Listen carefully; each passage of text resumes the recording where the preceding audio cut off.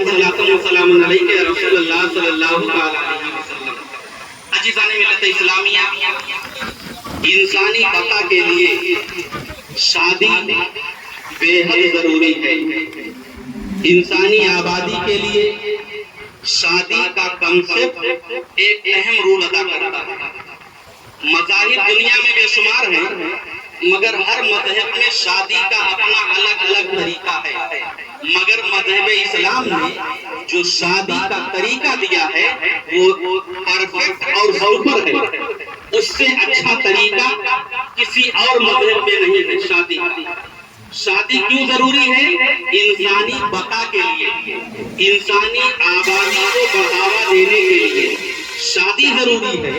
اور شادی کا کنسیپٹ مذہب اسلام سے زیادہ بہتر اور اچھا کسی اور مذہب میں نہیں۔ آپ لوگ ایسی کیسی بات کرتے ہیں؟ عیسائیت دنیا کا سب سے بڑا مذہب ہے، مگر شادی کے تعلق سے اگر ان سے پوچھا جائے کیا طریقہ ہے آپ، تو وہ پرفیکٹ نہیں بتا پائیں گے۔ کیوں؟ کیونکہ حضرت عیسیٰ علیہ السلام نے شادی کی ہی نہیں، ان کے پیغمبر نے شادی کی نہیں، تو شادی کا طریقہ ان کے پیغمبر نے انہیں نہیں بتایا۔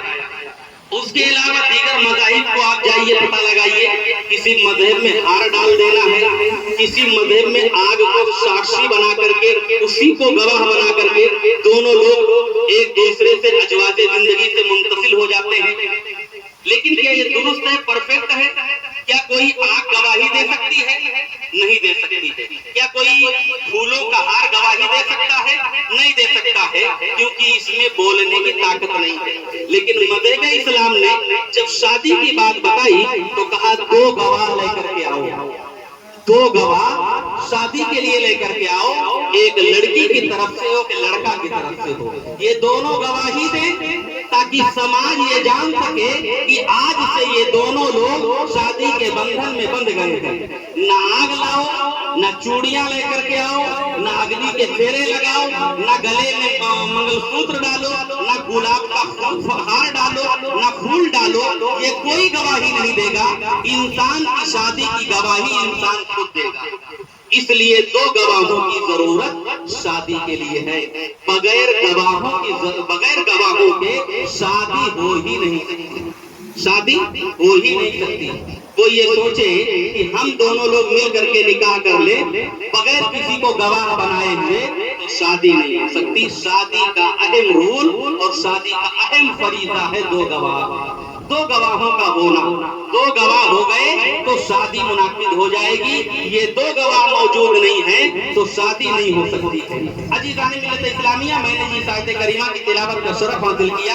پروردگار عالم ارشاد فرماتا ہے الرجال قوامون علی النساء، میں نے مردوں کو حاکم بنا دیا عورتوں کے اوپر، مردوں کو حاکم بنا دیا عورتوں کے اوپر۔ عزیزان ملت اسلامیہ، اب بات سمجھ میں آ گئی کہ گھر میں حکم چلے گا تو شوہر کا چلے گا، کہنا مانا جائے گا تو شوہر کا مانا جائے گا، بات اگر رکھی جائے گی تو شوہر کی رکھی جائے گی۔ پتہ چلا اجازت اگر لینا ہوگا تو بیوی شوہر سے اجازت لینے جائے گی، نہ کہ شوہر بیوی سے اجازت لینے جائے گا۔ اس لیے قرآن نے فیصلہ کر کے بتایا الرجال قوامون علی النساء، میں نے مردوں کو حاکم بنا دیا عورتوں کے اوپر، یعنی مرد کا درجہ اوپر ہے، عورت کا درجہ نیچے ہے۔ مرد اوپر ہے، عورت نیچے ہے، اس کا مقام بلند ہے، اس کا مقام اس سے چھوٹا ہے۔ اس کو اجازت لینا ہوگا، اس کو اجازت دینا ہوگا۔ یہ گھر کے اندر تمام ذمہ داریوں کو نبھانے والی ہے اور شوہر گھر کے باہر کی تمام ذمہ داریوں کو نبھانے والا ہے۔ پروردگار عالم نے جب دنیا میں انسانوں کو بھیجنا چاہا تو سب سے پہلے پروردگار عالم نے حضرت آدم علیہ السلام کے پتلے کو تیار فرمایا اور اس کے بعد اس میں روح پھونکی۔ اب حضرت آدم علیہ السلام ایک زندہ انسان کی شکل میں بن کر کے وجود میں آ گئے، رہنے کے لیے جنت عطا کیا۔ جنت کیا ہے؟ جنت وہ ہے جس میں ہر ضرورت کی چیز موجود ہے، جس کے اندر ہر خواہش کی چیز موجود ہے، جس کی مثال مثال دینا ممکن نہیں ہے. دنیا میں کسی چیز کی مثال جنت سے نہیں دی جا سکتی ہے. بس اتنا جانو دنیا کی جتنی ضرورتیں تمہاری دنیا میں پوری ہو سکتی ہیں اس سے ہزارہ درجہ جنت میں پوری ہوں گی. جنت میں ہر چیز موجود ہے. حضرت آدم علیہ السلام جنت میں جلوہ گر ہیں, جنت میں رہ رہے ہیں, جنت کی نہروں کو دیکھ رہے ہیں, جنت کے محلات کو دیکھ رہے ہیں, جنت کے باغات کو دیکھ رہے ہیں, جنت کی خوشحالی کو دیکھ رہے ہیں, جنت کی رنگینیوں کو دیکھ رہے ہیں. مگر حضرت آدم علیہ السلام کا دل جنت میں نہیں لگ رہا ہے. اے مولا تو نے جنت کو اتنا حسین و جمیل بنایا مگر اس جنت میں ابراہیم حضرت آدم کے دل کو سکون نہیں مل رہا ہے, حضرت آدم کے دل کو قرار نہیں ملتا ہے. پروردگار عالم جانتا ہے کہ حضرت آدم کو کیا چاہیے, کس کی ضرورت ہے. نیند طاری ہوتی ہے, حضرت آدم علیہ السلام سو جاتے ہیں. آپ کے بائیں پسلی سے پروردگار عالم نے حضرت حوا رضی اللہ تعالیٰ عنہ کو پیدا فرما دیا. اب جب آنکھ کھلی تو دیکھا ہمارے بغل میں ایک حسین و جمیل عورت بیٹھی ہوئی ہے, نہایت خوبصورت عورت بیٹھی ہوئی ہے.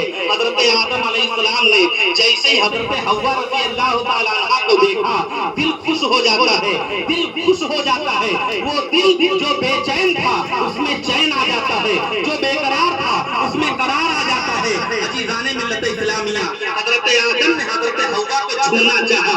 پروردگار عالم نے ارشاد فرمایا خبردار اے آدم ابھی تم ہاتھ نہ لگانا. کہا کیوں؟ اس لیے کہ تمہارا نکاح نہیں ہوا ہے, تم بغیر نکاح کے اس کو چھو نہیں سکتے ہو. عزیزان ملت اسلامیہ, وہیں سے یہ بات سمجھ میں آ گئی ہے کہ جب نکاح ہو جائے گا تب چھونے کی اجازت ہے, اس سے پہلے چھونے کی اجازت نہیں ہے. مگر ہم اپنے سماج میں دیکھتے ہیں بے جا رسمیں ہو رہی ہیں. آج منگنی کے نام پر بیٹی کو سامنے بٹھایا جاتا ہے اور بیٹے کو سامنے بٹھایا جاتا ہے. بیٹا سامنے اس کے بیٹھ کر کے کوئی انگوٹھی پہنا رہا ہے, کوئی گفٹ دے رہا ہے, اس سے پہلے وہ اس سے باتیں کرتا ہے.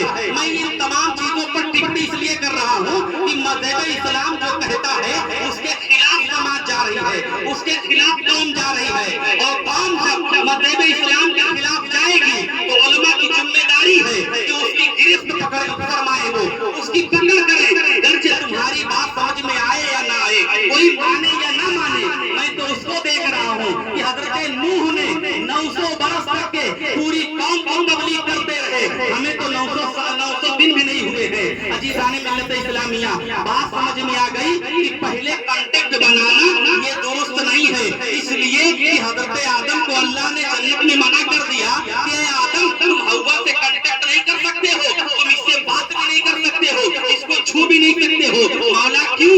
اس لیے کہ تمہارا نکاح نہیں ہوا ہے. پہلے تمہارا نکاح ہوگا پھر تم ان سے باتیں کرو گے, پھر تم ان کو چھو سکتے ہو. عزیزان ملت اسلامیہ, پروردگار عالم نے جبریل امی کے ذریعے سے حضرت آدم کا نکاح جنت میں کرا دیا. اب سمجھ میں آ گئی بات کہ دنیا کے تمام رشتے دنیا میں بنتے ہیں مگر میاں بیوی کا رشتہ جنت میں بنایا گیا ہے. پیدا جنت میں پیدا کیے گئے اور جنت میں ان کو رکھا گیا. اور سب سے پہلا رشتہ جو وجود میں آیا ہے وہ شوہر اور بیوی کا آیا ہے اور وہ جنت میں ہوا ہے. پتہ یہ چلا کہ تاکہ انسان اگر اپنی زندگی اچھی طرح سے گزارے, یعنی بغیر جھگڑے کے, بغیر لڑائی کے, بغیر خرافات کے, تو وہ گھر جنت بن سکتا ہے. اور جس گھر میں جھگڑے ہوں, جس گھر میں لڑائیاں ہوں, جس گھر میں ایک دوسرے کی ناقدری ہو, وہ گھر دوزخ بن جاتا ہے. عزیزان ملت اسلامیہ, نکاح ہو جاتا ہے, اب چھونا چاہے کبھی نہیں چھو سکتے ہو, اب تم مہر ادا کرو. حضرت آدم علیہ السلام نے ارشاد فرمایا مولا مہر کیسے ادا کروں؟ اب ارشاد فرماتا ہے میرے پیغمبر پر درود بھیجو وہی مہر ہو جائے گا. اب دونوں میاں بیوی جنت میں رہنے لگے, ان کا رشتے نکاح ہو جاتا ہے, ان کی شادی ہو جاتی ہے. اللہ نے جب تک چاہا تب تک جنت میں رہے. اس کے بعد کیا ہوتا ہے, پروردگار عالم نے نسیان طاری فرمایا اور گندم کو کھایا. یہی بہانہ بنا, یعنی گیہوں کے دانے کو کھا لیا حضرت حوا نے اور کھلایا حضرت آدم کو. پروردگار عالم کا حکم ہوتا ہے کہ اب تم جنت سے باہر نکل جاؤ. یہی ذریعہ بنتا ہے انسانی آبادی کا. حضرت آدم علیہ السلام کو سرندیپ کے پہاڑیوں پر اتارا گیا, سری لنکا میں اتارا گیا, اور حضرت حوا رضی اللہ تعالیٰ عنہ کو عرب کے وادیوں میں اتارا گیا, یعنی جدہ میں اتارا گیا. یہ دونوں لوگ اپنی جدائی سے زارو قطار روتے رہے, زارو قطار روتے رہے. عزیزان ملت اسلامیہ ایک زمانے تک یہ دونوں جدا رہے، پھر اللہ تبارک تعالیٰ نے حضرت آدم علیہ السلام کی دعا قبول فرمائی اور دونوں کا آپس میں ملاقات ہوئی اور انسانی آبادی شروع ہو جاتی ہے۔ ملاقات کہاں ہوتی ہے؟ عرفات کے میدان میں ہوتی ہے۔ میدان عرفات میں حضرت آدم علیہ السلام حضرت حوا سے ملاقات کرتے ہیں اور وہیں وہ اپنے گناہوں سے توبہ کرتے ہیں، اللہ ان کے گناہوں کو معاف فرما دیتا ہے، انسانی آبادی شروع ہو جاتی ہے۔ اب میں آپ کو بتاتا چلوں، اے اللہ جب تو نے انسان کو پیدا کیا تو انسان کو مٹی کے پتلے سے بنا کر کے تیار کیا، مگر جب عورت کو پیدا کرنا ہوا تو اس کے لیے الگ سے مٹی کا پتلا نہ بنایا گیا بلکہ انسان کے بائیں پسلی سے پیدا کیا گیا۔ اے اللہ اس میں حکمت کیا ہے؟ تو رب ارشاد فرماتا ہے میں نے عورت کو مرد کے بائیں پسلی سے اس لیے پیدا کیا ہے تاکہ انسان یہ جان لے کہ عورت قدموں کے ہڈی سے نہیں پیدا کی گئی کہ اسے جوتے کی نوک پہ رکھو، اور نہ تو وہ عورت سر کی ہڈی سے پیدا کی گئی کہ اس کو سر پہ بٹھا کے رکھو، بلکہ عورت بائیں پسلی سے پیدا کی گئی ہے اور پسلی جو ہوتی ہے دل کے قریب ہوتی ہے۔ اس لیے ایک جملے میں یوں سمجھو کہ عورت نہ جوتیوں کی ٹھوکر ہے نہ سر پہ بٹھانے کا تاج ہے بلکہ بائیں پسلی سے پیدا ہوئی ہے، اس لیے دل لگانے کے قابل ہے، اس کو دل سے لگا کر کے رکھو۔ اور وہ دوسری بات یہ اندازہ لگاؤ کہ بائیں پسلی سے پیدا کی گئی ہے اور پسلی جو ہوتی ہے وہ ٹیڑھی ہوتی ہے، پتہ یہ چلا عورت ٹیڑھی ہی رہے گی، وہ کبھی سیدھی نہیں ہو سکتی ہے، وہ کبھی تمہاری مرضی کے مطابق نہیں چل سکتی ہے، اس کے اندر تھوڑا ٹیڑھا پن ضرور ہوگا، اس کے اندر تھوڑی عقل ضرور ہوگی، اس کے اندر تھوڑا الہڑپن ضرور ہوگا، اس کے اندر تھوڑا جھگڑالو پن ضرور ہوگا، تم کو اس پر صبر کرنا ہوگا۔ عزیزان ملت اسلامیہ یہ بات سمجھ میں آ گئی کہ عورت جب پیدا کی گئی تو بائیں پسلی سے پیدا کی گئی اور پسلی ٹیڑھی ہوتی ہے، اس لیے عورت کے ٹیڑھے پن پر صبر کیا گیا۔ انہیں ستایا نہ کرو، انہیں مارا نہ کرو، انہیں گالیاں نہ دیا کرو، بلکہ انہیں خوشی خوشی سمجھانے کی کوشش کیا کرو، اس لیے کہ اس کے ٹیڑھے پن پر صبر کرنا یہی اجر عظیم ہے، یہی ثواب ہے۔ عزیزان ملت اسلامیہ پروردگار عالم اس چیز کو بتا رہا ہے کہ میں نے اسے اس وجہ سے پیدا کیا ہے کہ یہ بائیں پسلی سے پیدا ہو کر کے اگر یہ دنیا میں تم سے جھگڑا کرے، تم سے لڑائی کرے تو اس کے جھگڑے اور لڑائی پر صبر کرنا، اس کو جھنجھوڑنا نہیں، اس کو ڈانٹنا پھٹکارنا نہیں، اس کو طلاق نہ دینا، اس کو مارنا نہیں، اس لیے کہ یہ اس باپ کی شہزادی ہے جس باپ نے بڑی محنت و مشقت سے اس کی پرورش کی تھی، ان بھائیوں کی بہن ہے جن بھائیوں نے لاڈو پیار سے اس کو پالا تھا، اب یہ تمہارے گھر آئی ہے، اس کی تعظیم کرنا، اس کا ادب کرنا، اس کی ہر خواہش کو پوری کرنا۔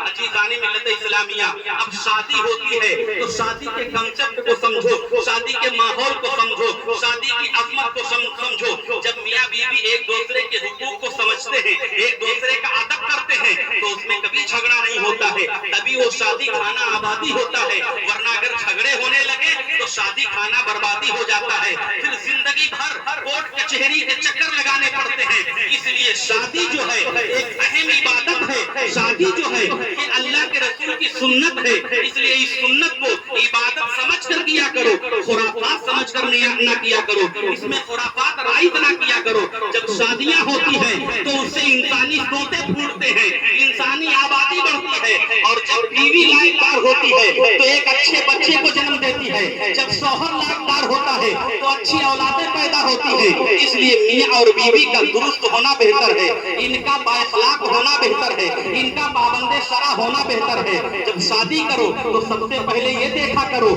یہ لڑکا دیندار ہے کہ نہیں ہے، اس کے اندر دین کا عنصر کتنا پایا جاتا ہے، بیٹی دیندار ہے کہ نہیں دیندار ہے۔ اس لیے کہ شادی کا مقصد ہی یہی ہے، آنے والی نسلوں کو میں اضافہ کرنا، انسانیت کو بڑھاوا دینا۔ معلوم یہ ہوا کہ شادی لے کر کے آیا ہے مگر وہ عورت جو ہے وہ ایک دم جاہل اور گمار ہے، وہ بچوں کو گالیاں بکتی ہے، گالیاں سکھاتی ہے، بچوں کو تہذیب نہیں سکھاتی ہے، شوہر کو گالی دیتی ہے، ساس اور سسر کی خدمت نہیں کرتی ہے، بڑوں کا ادب نہیں کرتی ہے، ناشکری ہے۔ تو عزیزان ملت اسلامیہ ایسی عورت کسی قابل نہیں ہے، اور جو عورت شکر گزار ہوتی ہے. جو عورت فرما بردار ہوتی ہے یقین مانو وہ عورت قسمت کی کھنی ہوتی ہے. میں آپ کو بتاتا چلوں 99% عورتیں جو ہوتی ہیں وہ بہت زیادہ احسان فراموش ہوتی ہیں.